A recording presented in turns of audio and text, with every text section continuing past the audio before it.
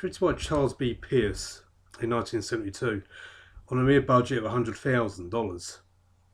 It went on to make 25 million, so obviously he went on to carry on directing after that.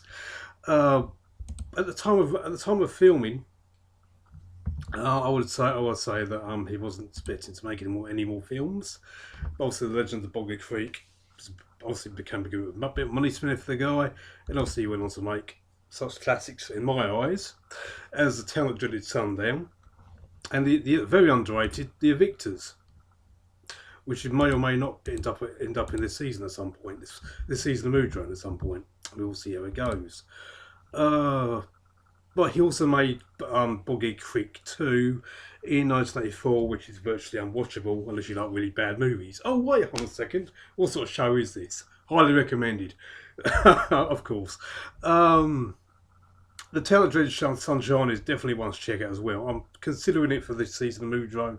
We'll see how it goes. I mean, there's thousands of films out there, so it's not like I'm going to run out of things to think about for the show. The guy has basically done shit though, but we're here to talk about Boggy Creek.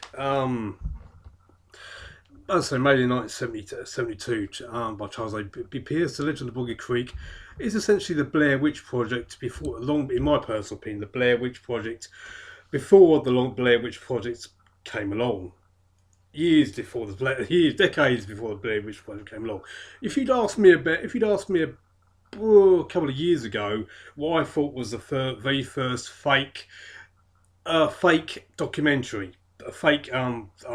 documentary on an urban legend, I would have said Cannibal Holocaust. Technically, that wasn't but obviously there are cannibals. They exist. How much people like to say otherwise, they do exist. But although don't worry, from what I've read about them recently, they only eat people these days if you really piss them off. Which is exactly what those people do in Cannibal Holocaust, I might add.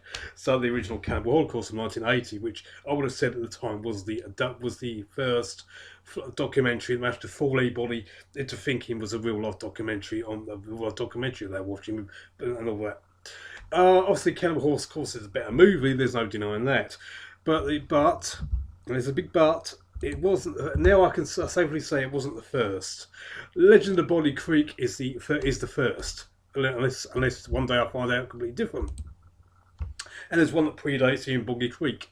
But for the moment, I'm going to say Legend of the Boggy Creek was the first movie to really grab people by the ball, grab me by the balls and go, yeah, admittedly, I didn't watch Boggy Creek 2, but I think about 10 years ago, the first time I saw this.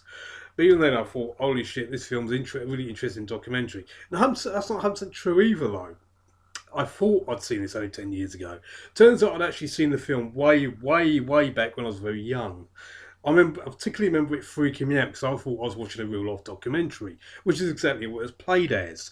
It was played as a real life documentary about the folk monster down in Texas, near Texas, between somewhere in Texas. I'm not American, so I have to literally guess it. It does say in the film where it's set, but the place is a real place. The people in the film are real people who actually were hired by the director to reenact. I'm assuming reenact what happened to them in certain scenes. Some of them obviously, some of the actors are just actors. Some of them are real people.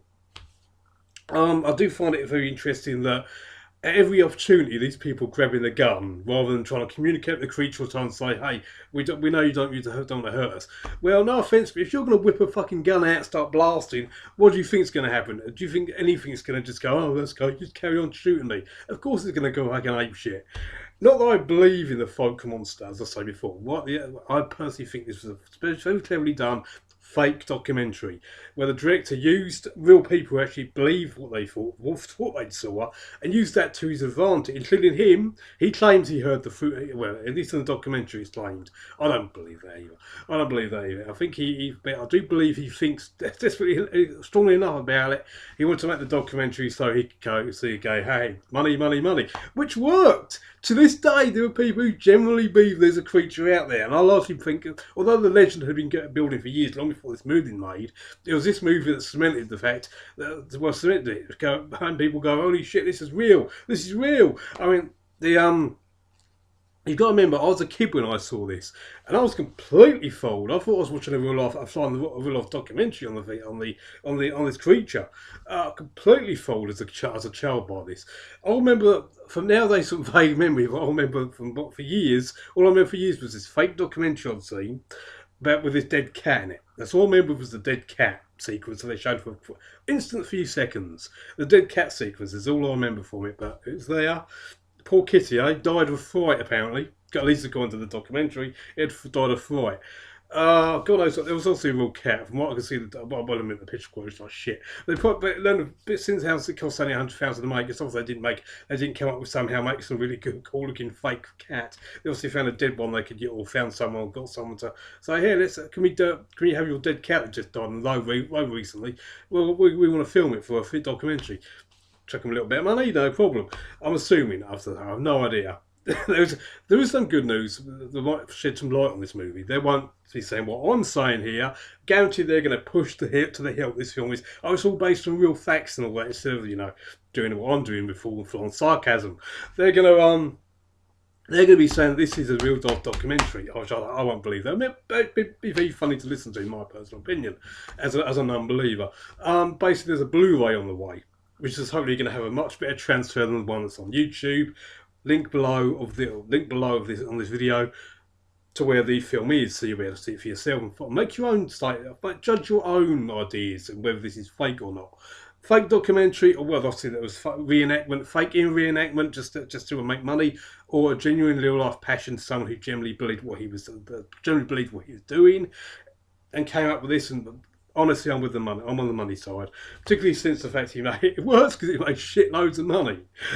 So obviously, I wonder to this day. I wonder how they got a hold of it. So I wonder what TV program, what channel it was. It was the time there was only 4 channels in the UK for these kinds of things, and because it was one of the 4 channels that showed the legend of Boggy Creek. They showed it for damn sure because I remember that dead cat sequence for sure, and I remember the creature run across the road at one point. I particularly remember that. As I said before, I watched it in black and white as well because back in the day I only had a black and white TV. As a kid, my parents only had a black and white TV. And that's all I could watch it on. Maybe that helps. Maybe watching the black and white TV probably helped it because it made it look even more authentic to my, especially to a child's eyes. So yeah, I 100% believe what I was watching. You got to remember, this would be the time where there's in America there's programs that your guy, a lot of people, my listeners are America. Your guys' country, you were listening to things like watching things like In Search Of.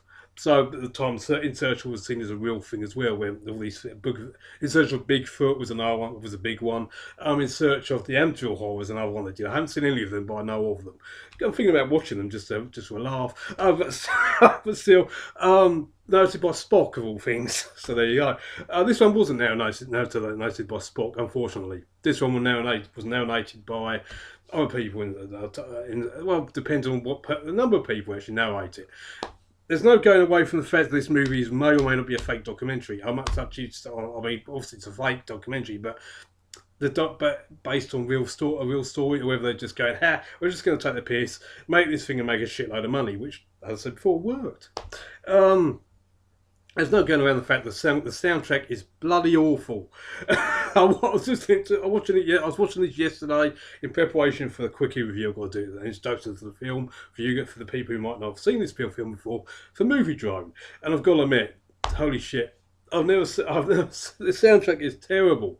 Oh dear.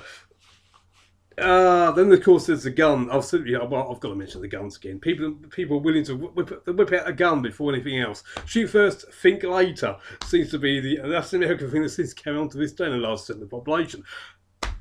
I'm scared, folks. I'm scared when it comes to shit like that. I don't like guns. I'm not a fan of guns. I'm British. I don't like guns. I wasn't brought up around guns, and I wasn't brought up with someone who literally shot their foot off in a boating accident, which apparently happened with one of these characters in the movie. That's why he walks with a limp. Actually, in the movie, by the way. Okay, it has to be said that. Just before I go, I have to say right now, anyone who believes that this thing is a real life documentary has got to be fucking moron. I mean, come on. There's no such thing as a folk monster, is there? It's fucking stupid. Just how fucking ignorant and dumb and daft and fucking fucked in the head you have to be to think there's actually a creature around it. I live in a remote area. This place, believe it or not, I live in a remote area in the UK, a tiny little place in the UK, tucked in between certain two other areas, just like the place in this movie. There's no fucking creatures around here. It's all bullshit. It's fuck all. Fuck all. What's do you seriously think there's a fucking creature around here who's going to suddenly fucking start killing people, or at least scaring the shit out of people? Boy, nobody dies in this movie, and to this day, nobody has died from this creature. This creature's supposed to be wandering around the woods. So just saying, what a lot of bullshit. Total and utter bullshit. There's just no way around it.